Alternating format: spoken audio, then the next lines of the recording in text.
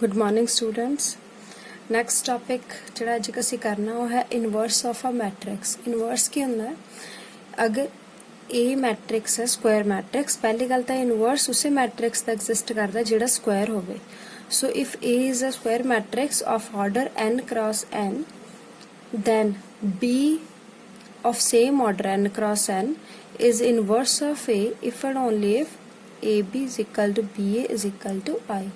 यानी कि एक स्क्वायर मैट्रिक्स का इनवर्स उसी ऑर्डर का दूजा मैट्रिक्स हुंदा जिहदे नाल उहनूं मल्टीप्लाई करके आंसर आवे identity matrix a into B भी b इंटू ए भी बोथ शुड बी I।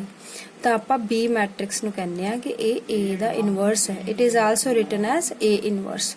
सो इनू फाइंड आउट करन दे दो मैथड आ तुहाडे सिलेबस दे विच। पहला हैगा elementary transformation. So what are elementary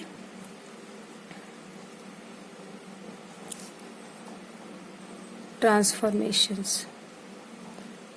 So we have three elementary transformations. First is interchange of interchanging two rows or columns। दो रो या दो कॉलम नूं आपस इंटरचेंज करना पहली ट्रांसफॉर्मेशन है। सो इस प्रॉपर्टीज नूं असीं इदां लिखदे जे आपां दो कॉलम नूं इंटरचेंज करना है उहदे लई आप पूरी वर्डिंग लिखण दी बजाय we can write CI interchanged with CJ। This is the sign of interchange. इसी तरह अगर आपां रो नूं इंटरचेंज करना चाहते हैं, मान लो सैकेंड रो ते थर्ड रो नूं आपस इंटरचेंज करना। इंटरचेंज करने का मतलब है उहदी जगह ते लिखना, एक दूजे की जगह ते उहदी प्लेस च लिखना।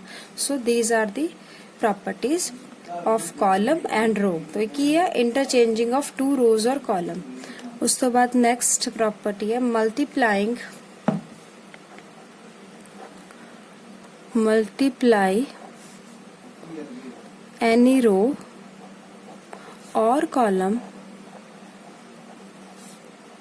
With a scalar.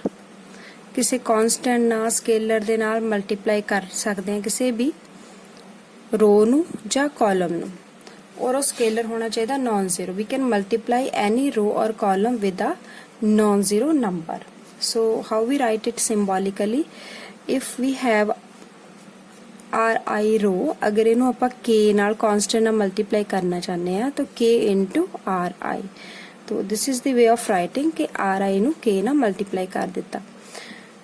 अगर किसी कॉलम नू करना है, मान लो jth कॉलम है, इनू असी मल्टीप्लाई करना चाहते हैं स्मॉल p दे नाल। So we can write it like this. इत्थे आ इंप्लाइज द सिंबल एरो पाके पढ़ा देना। It means we have now changed this column by multiplying it with p।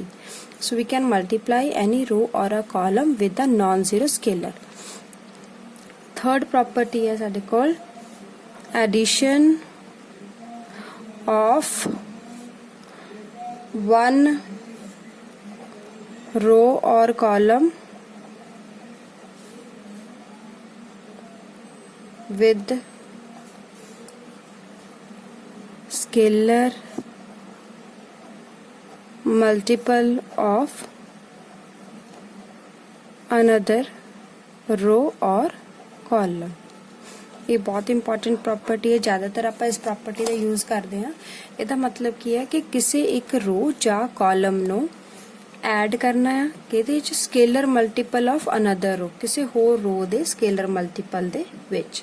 तो जानी कि जिद्दां हुण साडे कोल RI रो है, इनू आपां ऐड करांगे कि स्केलर मल्टीपल ऑफ अनदर रो, कोई होर रो दे स्केलर मल्टीपल दे विच। तो ये नवी रो बन जाएगी after applying this property.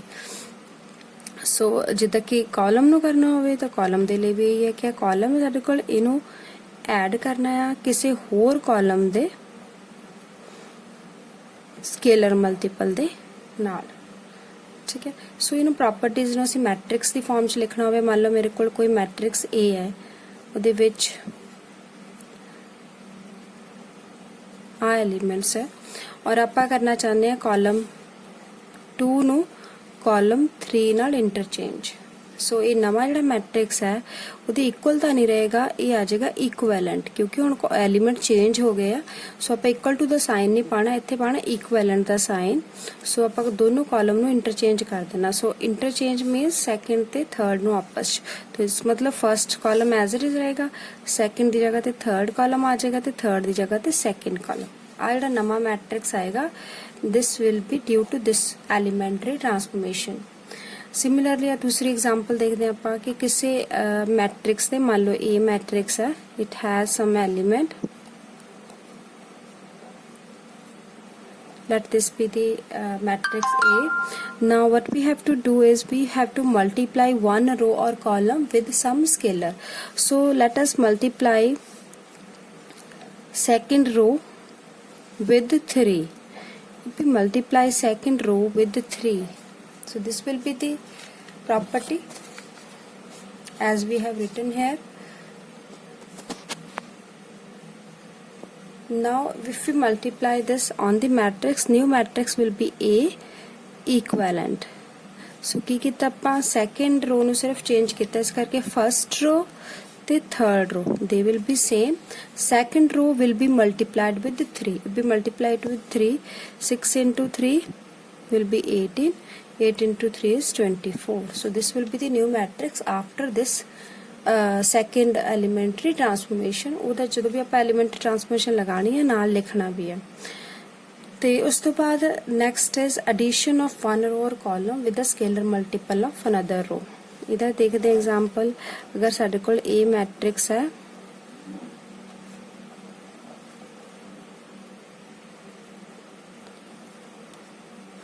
let this be the A matrix.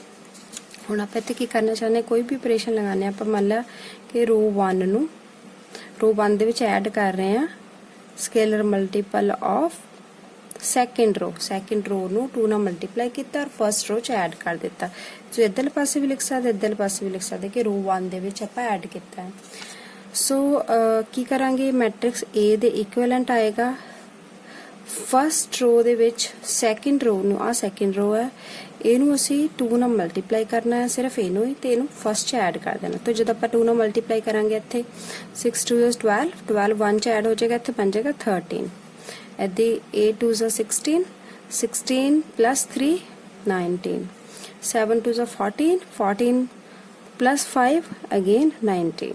ਸੋ ਅਸੀਂ ਸਿਰਫ ਫਸਟ ਰੋ ਦੇ ਉੱਤੇ ਆਪਰੇਸ਼ਨ ਲਗਾਇਆ, ਫਸਟ ਰੋ 'ਚ ਹੀ ਐਡ ਕੀਤਾ, ਤੇ ਇਸ ਲਈ ਬਾਕੀ ਰੋ ਨੂੰ ਕੋਈ ਫਰਕ ਨਹੀਂ ਪੈਣਾ, ਉਹ ਆਪਾਂ ਐਜ਼ ਇਟ ਇਜ਼ ਹੀ ਲਿਖਣੇ। So this will be the equivalent matrix. So ਇਹਨਾਂ ਪ੍ਰੋਪਰਟੀਜ਼ ਦਾ ਕੀ ਯੂਜ਼ ਹੈ ਟੂ ਫਾਈਂਡ ਦੀ ਇਨਵਰਸ। तो इनवर्स फाइंड आउट करने का की मेथड है, by using these properties we will take one example.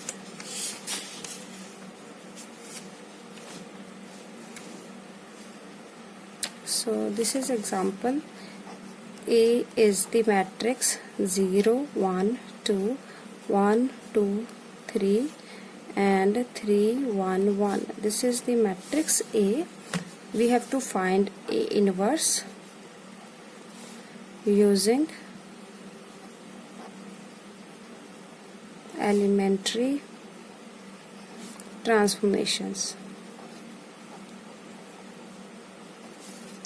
So elementary transformation as you have seen, ਇਹ ਰੋ ਵਾਲੀਆਂ ਵੀ ਹੋ ਸਕਦੀਆਂ, ਆਪਾਂ ਦੋ ਰੋ ਤੇ ਕਾਲਮ ਤੇ ਇੰਟਰਚੇਂਜ ਕਰ ਸਕਦੇ ਆ, ਕਿਸੇ ਰੋ ਨੂੰ ਮਲਟੀਪਲਾਈ ਕਰ ਸਕਦੇ, ਕਾਲਮ ਨੂੰ ਵੀ ਕਰ ਸਕਦੇ, ਮਤਲਬ ਹਰ ਜਗ੍ਹਾ ਤੇ ਰੋ ਕਾਲਮ ਦੋਨਾਂ ਦੇ ਲਈ ਹੀ ਇਹ ਬਰਾਬਰ ਪ੍ਰੋਪਰਟੀਜ਼ ਲੱਗ ਸਕਦੀਆਂ। ਪਰ ਜਦੋਂ ਅਸੀਂ ਇਨਵਰਸ ਫਾਈਂਡ ਆਊਟ ਕਰਨਾ ਯੂਜ਼ਿੰਗ ਐਲੀਮੈਂਟਰੀ ਟਰਾਂਸਫੋਰਮੇਸ਼ਨ, ਫਿਰ ਆਪਾਂ ਇੱਕ ਚੂਜ਼ ਕਰਨਾ ਪੈਣਾ ਕਿ ਅਸੀਂ ਰੋ ਆਪਰੇਸ਼ਨ ਲਗਾਣੇ ਆ, ਰੋ ਐਲੀਮੈਂਟਰੀ ਟਰਾਂਸਫੋਰਮੇਸ਼ਨ ਲਗਾਣੀ ਹੈ ਕਿ ਕਾਲਮ। ਸੋ ਅਗਰ ਮੈਂ ਇਹਦੇ 'ਚ ਰੋ ਨਾ ਕਰਨਾ ਹੋਵੇ then I will write A as I into A। I ਕੀ ਹੈ, ਆਇਡੈਂਟਿਟੀ ਮੈਟ੍ਰਿਕਸ। ਆ ਚੀਜ਼ ਹੈ, ਇੱਥੋਂ ਆਪਾਂ ਕੁਐਸਚਨ ਸ਼ੁਰੂ ਕਰਨਾ ਹੈ, ਕਿਉਂਕਿ ਆਇਡੈਂਟਿਟੀ ਮੈਟ੍ਰਿਕਸ ਹੈ, ਜੋ ਮੈਟ੍ਰਿਕਸ ਹੁੰਦਾ ਜਿਹਨੂੰ ਕਿਸੇ ਨਾਲ ਵੀ ਮਲਟੀਪਲਾਈ ਕਰੋ ਮੈਟ੍ਰਿਕਸ ਸੇਮ ਰਹਿੰਦਾ ਹੈ। I ਨੂੰ ਅਗਰ A ਨਾਲ ਮਲਟੀਪਲਾਈ ਕਰੋਗੇ A ਹੀ ਰਹੇਗਾ, ਤਾਂ ਆਪਾਂ ਇੱਦਾਂ ਲਿਖ ਲੈਣਾ। ਇਹਨੂੰ ਸਟਾਰਟ ਆਪਾਂ ਇੱਥੋਂ ਕਰਨਾ ਹੈ ਜਦੋਂ ਵੀ ਆਪਾਂ ਇਨਵਰਸ ਫਾਈਂਡ ਆਊਟ ਕਰਨਾ। ਸੋ ਆਪਾਂ A ਮੈਟ੍ਰਿਕਸ ਇੱਧਰ ਜਿਹੜਾ ਹੈ ਉਹ ਲਿਖ ਲਾਂਗੇ 0 1 2 1 2 3 3 1 1। ਦੂਜੇ ਪਾਸੇ ਇੱਥੇ ਆਪਾਂ ਆਇਡੈਂਟਿਟੀ ਮੈਟ੍ਰਿਕਸ ਲਿਖ ਲੈਣਾ ਆਫ ਸੇਮ ਆਰਡਰ, ਜਿੱਦਾਂ 3 ਆਰਡਰ ਦਾ A ਹੈ ਤਾਂ ਆਇਡੈਂਟਿਟੀ ਮੈਟ੍ਰਿਕਸ ਵੀ 3 ਆਰਡਰ ਦਾ ਹੀ ਆਏਗਾ। ਤੇ ਆ ਜਿਹੜਾ A ਹੈ ਦੂਜੇ ਪਾਸੇ ਇਹਨੂੰ ਨਹੀਂ ਆਪਾਂ ਪੁੱਟ ਕਰਨਾ, we will write it as A only। ਹੁਣ ਆਪਾਂ ਇੱਥੇ ਐਲੀਮੈਂਟਰੀ ਟਰਾਂਸਫੋਰਮੇਸ਼ਨ ਇਸ ਤਰੀਕੇ ਨਾਲ ਲਗਾਣੀ ਹੈ ਇੱਧਰਲੇ ਪਾਸੇ, ਤਾਂ ਕਿ ਇੱਧਰ ਜਿਹੜਾ ਮੈਟ੍ਰਿਕਸ ਹੈ ਉਹ ਆਇਡੈਂਟੀਟੀ ਬਣ ਜਾਵੇ। ਇਹਨੂੰ ਆਪਾਂ ਚੇਂਜ ਕਰਨਾ ਆ ਆਇਡੈਂਟੀਟੀ ਮੈਟ੍ਰਿਕਸ ਦੇ ਵਿੱਚ। तो आइडेंटिटी मैट्रिक्स अपन को पता है किस तरह होंगे, इतने 1 आना चाहिए जो कि इतने 0 है, तो ये आइडेंटिटी मैट्रिक्स है बढ़ेगा नहीं। तो आप पहला की करांगे जिथे 1 आता वो रो नूं उपर ले आने। सो रो प्रॉपर्टी लगा रहे हैं आप पहले इतने इंटरचेंज कर लेने। आप की करना है ऑपरेट रो 1 इंटरचेंज विद रो 2। तो आप ये रो 1 ते रो 2 नूं आपस इंटरचेंज कर लिया। 1 2 3 जी सैकेंड रो सी उपर आ गई, तो सैकेंड रो की जगह ते आ गया first row, third as it is. ये जी प्रॉपर्टी इधर लगानी उही आप दूजे पासे भी लगानी है। सो इधर भी दोनों रो इंटरचेंज हो गई, 0 1 0 जी सैकेंड रो से उपर आ गई, तो फर्स्ट रो सैकेंड रो की जगह ते। सो ये आप प्रॉपर्टी लगा रहे ताकि साडे कोल इत्थे 1 ना आवे, क्योंकि आप इस मैट्रिक्स नूं आइडेंटिटी मैट्रिक्स बनाना है। सो इत्थे 1 आ गया। उस तो बाद